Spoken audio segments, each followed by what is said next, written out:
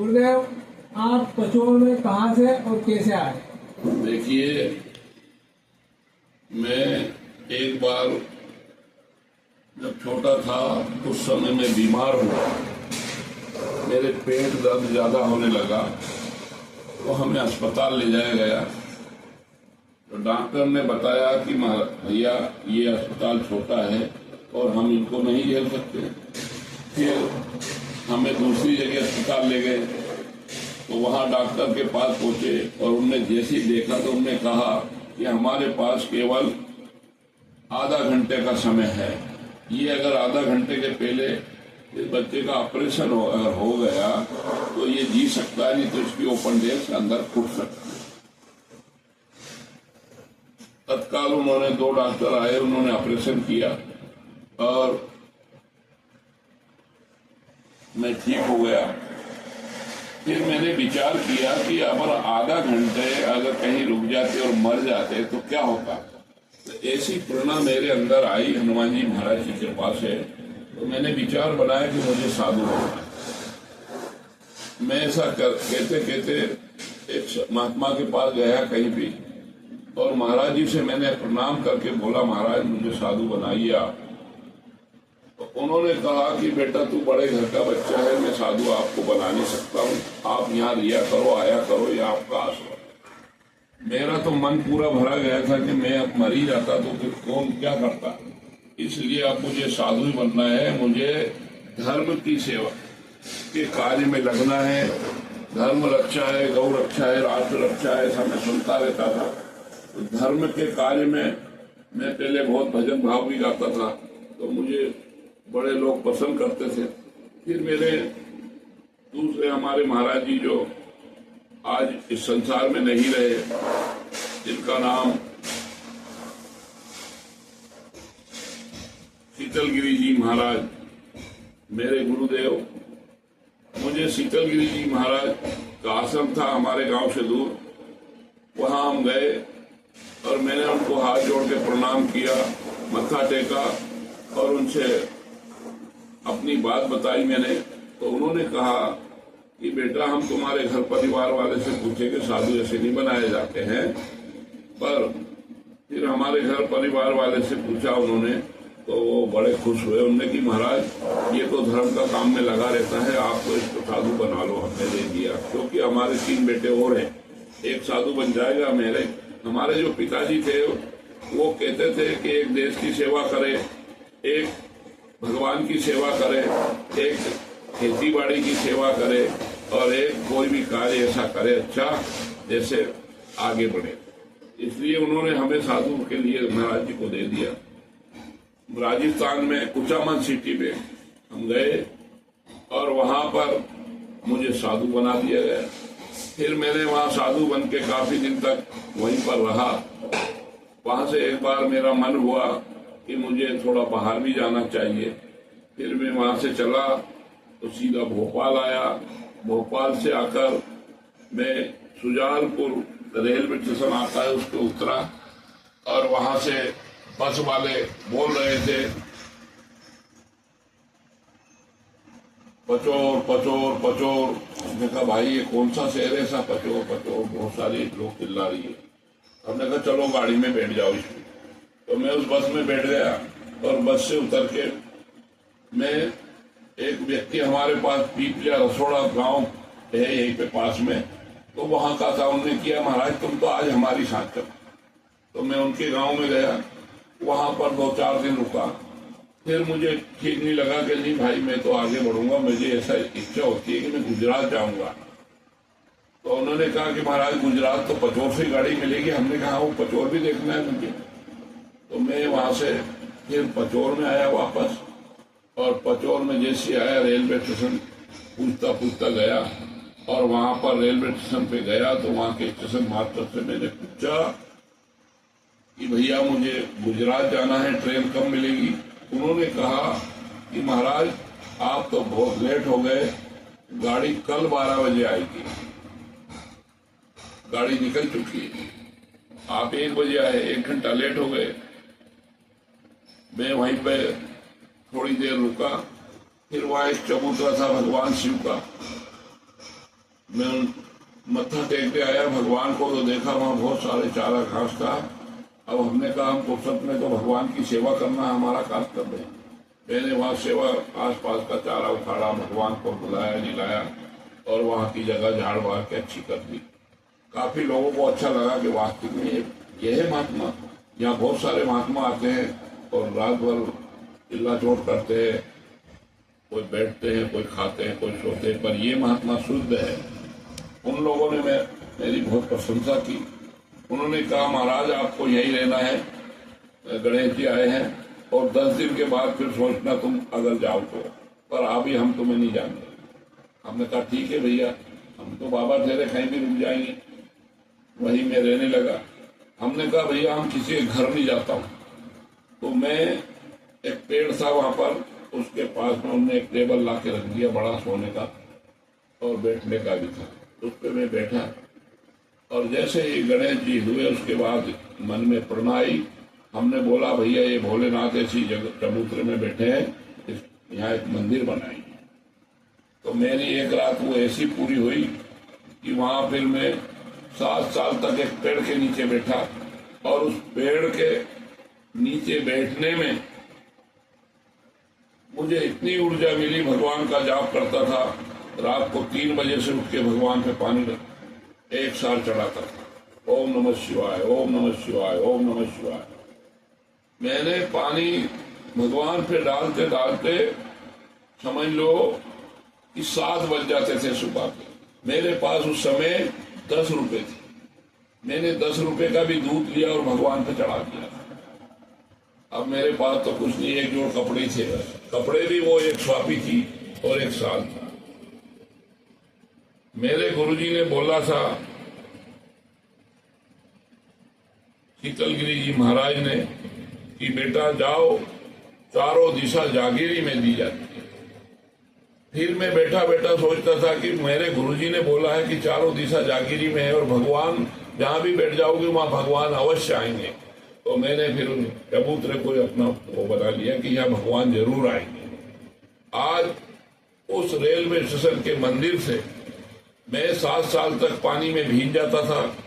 कोई झोपड़ी कोई नहीं बनाई थी मैंने वहां पर, और पानी भी मेरे ऊपर गिरता था, कपड़े ऐसे सूख जाते थे, फिर मैं सो जाता था, बैठा रहता था, ताप लेता था।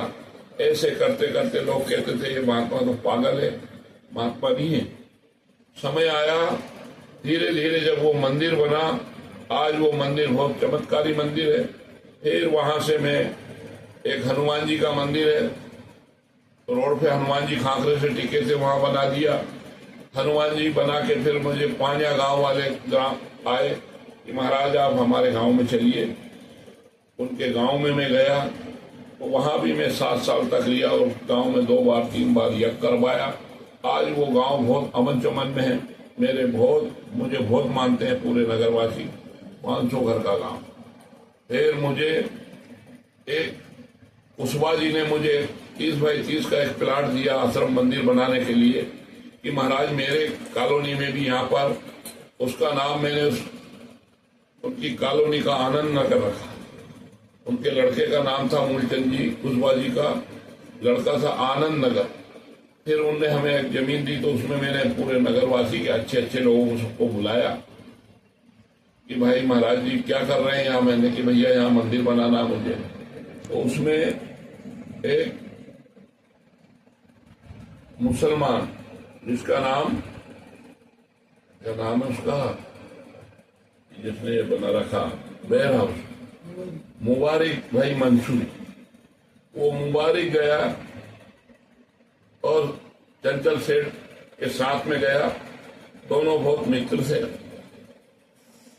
उन्होंने हमसे वहां पूछा मुबारक ने कि महाराज जी आप को ये तो बहुत छोटी जगह है, आप बड़ी जगह दीजिए।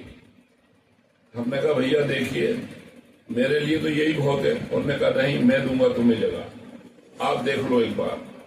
फिर मैं चंचल सेठ के यहाँ गया और उन्होंने मुबारक को भेजा और यहाँ उन्होंने मुझे जगह बताई।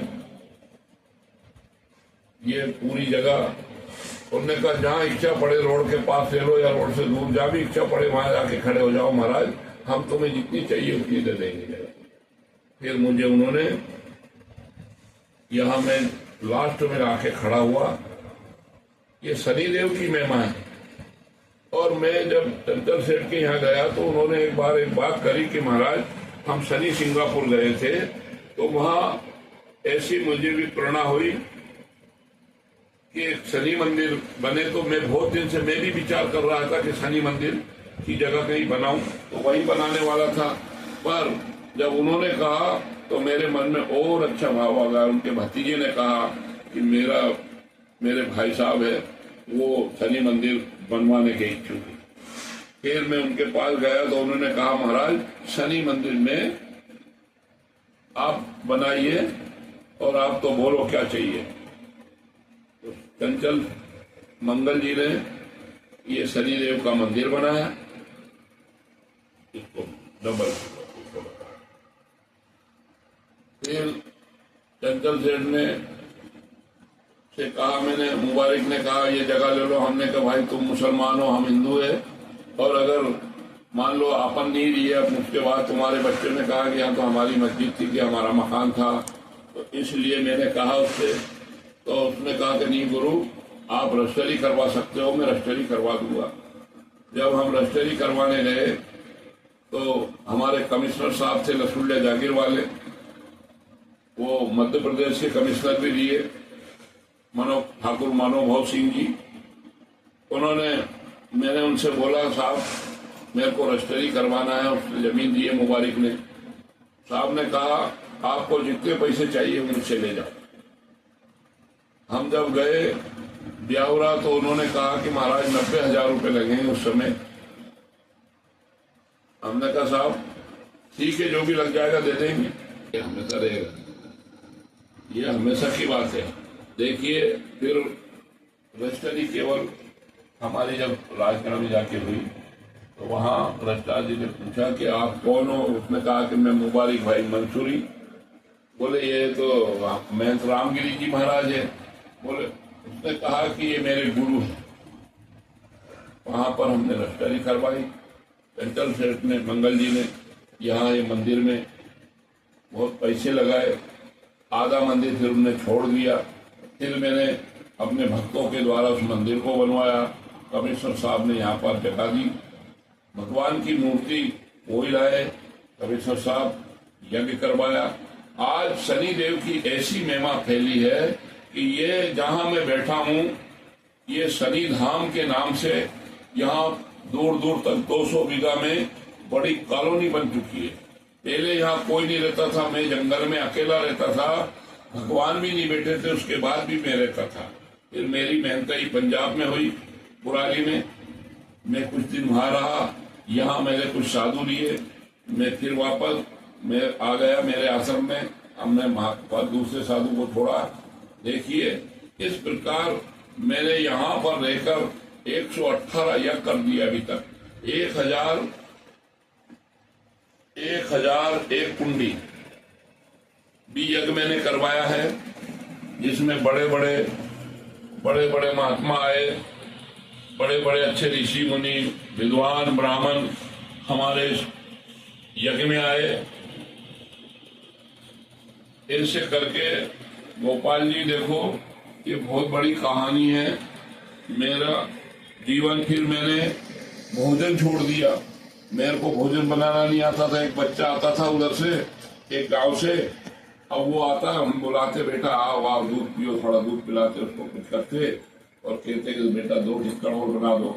तो वो धीरे धीरे उसने कहा वो 1 किलोमीटर से आता था, पर उसने सोचा कि मैं तो 2 घंटा लेट हो जाता हूँ, तो वो 8 किलोमीटर दूर घूम के आता इधर। हमने देखा कि ये कहाँ, तो उसने भी रोटी अब काय बनती नहीं है हमें। फिर हमने भोजन छोड़ दिया। तो मैंने 13 वर्ष तक भोजन किया। उसके बाद मेरा एक यज्ञ था अकोजा मंडी के पास में, केवड़ा खेड़ी में। वहाँ बहुत लोग 10,000 जनता थी। उन्होंने कहा कि बाबा जी आप भोजन नहीं करोगे तो हम कोई नहीं करेंगे। फिर हमें वहां पर भोजन करना शुरू किया। वहां से मैंने अपनी जीवन में मैं समाधि भी ली। मैंने जमीन में समाधि भी लेता हूँ। मैं 9 दिन की समाधि लेता हूँ, 5 दिन की लेता हूँ, 3 दिन की लेता हूँ। मेरे पचोर नगर में भी मैंने समाधि ली है। और जब समाधि में से निकला तो मेरे साथ सांप भी निकला। आपने भी देखा कि नहीं? उसमें पूरे नगर वासियों ने बहुत ढोल नगाड़े बजाए, पूरे जुलूस निकाला। अच्छा, ऐसा लगा मुझे भी कि बाकी में मेरा जीवन धन्य है। फिर धीरे धीरे ऐसी महिमा फैलती रही, मैं अपना कार्य करता लिया। आह्वान अखाड़े के वरिष्ठ हमारे संतों से मिला और उनसे मैंने अपनी प्रार्थना रखी। उन्होंने आज मुझे अपने पास बिठाया और फिर मैं हरिद्वार में, अभी जो कुंभ गया हरिद्वार का, उसमें मुझे महामंडलेश्वर बनाया गया। तो इतना अच्छा मेरा सबसे अच्छा अभिषेक हुआ। पट्टाभिषेक जो था उसमें 13 अखाड़े के सभी संत महंत, मंडलेश्वर, महामंडलेश्वर, बड़े बड़े सभी साधु वहां पर पधारे और मेरे ऊपर उन्होंने फूल वर्षा की, मेरा पट्टाभिषेक किया।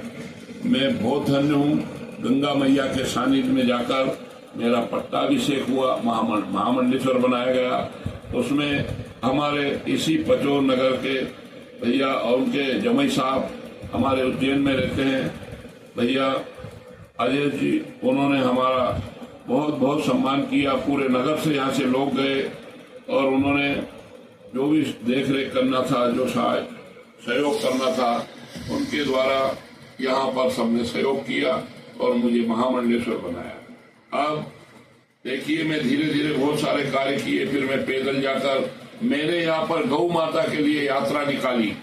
गौ माता के लिए जब मैंने यात्रा निकाली तो मैंने 8 विधानसभा में यह चलकर गांव गांव, शहर शहर में मैंने गाय हमारी माता है, देश धर्म का नाता है, इस प्रकार मैंने गौ माता की यात्रा निकाली और सभी लोगों से बोला कि भैया, ये गाय जितनी दुखी है संसार में, इतना आज तक कोई भी दुखी नहीं है। आप सब मिलके 5-5 गांव वाले मिलकर एक गौशाला बनाओ और सरकार की तरफ मत देखो, तुम स्वयं की तरफ देखो। पहले गाय रखते थे, गाय जहाँ पेशाब कर देती है, गोमाता कर देती है, तो वो 12 साल तक अशुद्ध नहीं होती है वो जगह। और अगर बकरी कहीं जहाँ पेशाब वहाँ कर देती है तो वो 12 साल तक शुद्ध नहीं होती है। गाय माता में इतने अच्छे चीजें भरे हुए हैं। देखिए, गाय में पूरे 33 करोड़ देवता दिखाए, हमने फोटो में देखा। गाय माता में देश धर्म का नाता है और गाय हमारी माता है। गाय माता के लिए मैंने गली गली, मोहल्ले मोहल्ले, गांव शहर सब दूर यात्रा निकाली है गौ माता की और सबको आग्रह किया है कि भैया सब गौ माता को आबेरो। और आज भी कहता हूँ, पूरे देशवासियों को कहता हूँ, प्रदेशवासियों को कहता हूँ, मध्य प्रदेश वासियों को कहता हूँ कि आप, मैं अभी माननीय मुख्यमंत्री जी से अवश्य मिलूंगा, जल्दी से जल्दी मिलना चाह रहा हूँ।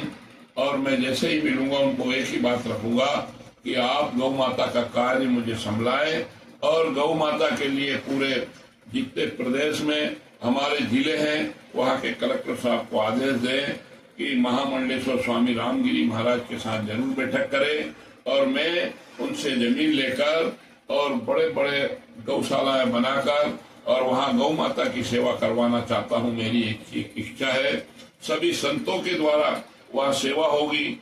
गौ माता के जितने भक्त हैं वो भी सेवा करेंगे और जितने ये भिखारी लोग जो मांग रही है, गली गली में घूमकर इनको भी, जिनके पास अखाड़े का कार्ड है अगर, तो उसको जरूर छोड़ दें। और बाकी जिनके पास अखाड़े का कोई कार्ड नहीं है, जिनके पास कोई, उनके पास अपना कोई परिचय नहीं है साधु का, वैसे उनका घर का परिचय, तो उनको जरूर पकड़े और उनको पकड़ के गौशाला में जरूर छुड़वाए, ऐसा मैं कहता हूँ।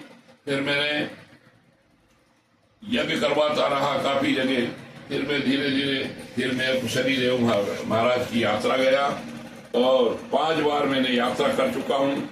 अभी दीपावली के पहले भी गया था और अब भी मैं जाने वाला हूँ। शनिदेव से मिलकर मैं शनिदेव के यहाँ चल जाता हूँ तो गदगद हो जाता हूँ। उनकी इतनी कृपा हो जाती है कि मुझे बिन मांगे मोती मिले, मांगे मिले ना भीख। मांगने से भीख नहीं मिलती है, बिन मांगे मोती शनिदेव महाराज और हनुमान जी महाराज दोनों देते हैं।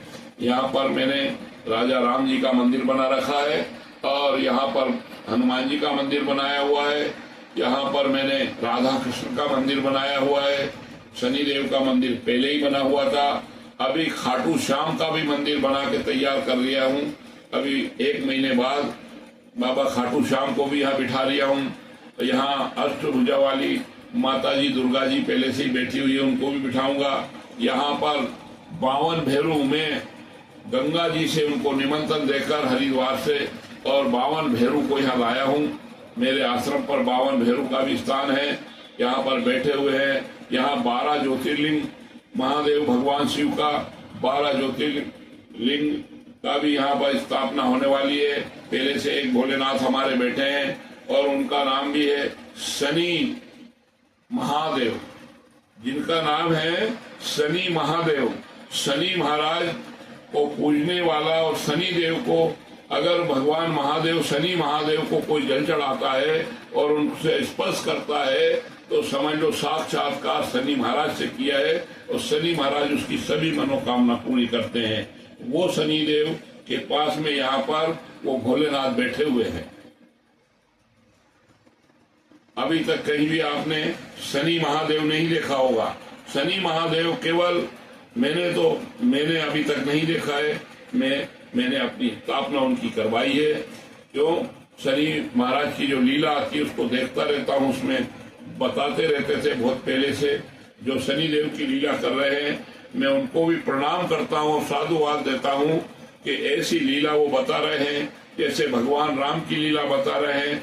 वो भी धन्य धन्य है। आज हमारे जितने देवी देवता हैं उनकी सबकी लीलाएं अलग अलग टीवी पर आ रही है। आप उसको देखिए, समझिए और उसके द्वारा आप अपना विकास करिए। अपना घर का विकास करो, अपना क्षेत्र का विकास करो, अपने प्रदेश का विकास करो, अपना देश का विकास करो।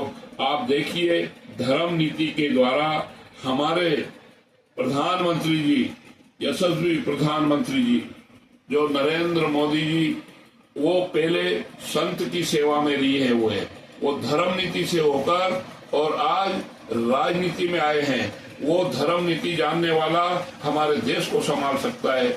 आज उन्होंने पूरे देश को संभाल रखा है और देश को आगे बढ़ाने के लिए वो क्या क्या नहीं कर रहे हैं। आज उन्होंने इतना जो कार्य कर रहे हैं, इस कार्य से आज जनता बहुत संतुष्ट लग रही है हमें आज। और पर मैंने ये देखा है कि हमारे ही राजगढ़ जिले में ऐसे मंत्री बना दिए कि जो संतों को देखते ही नहीं है। ऐसे भी मंत्री होते हैं।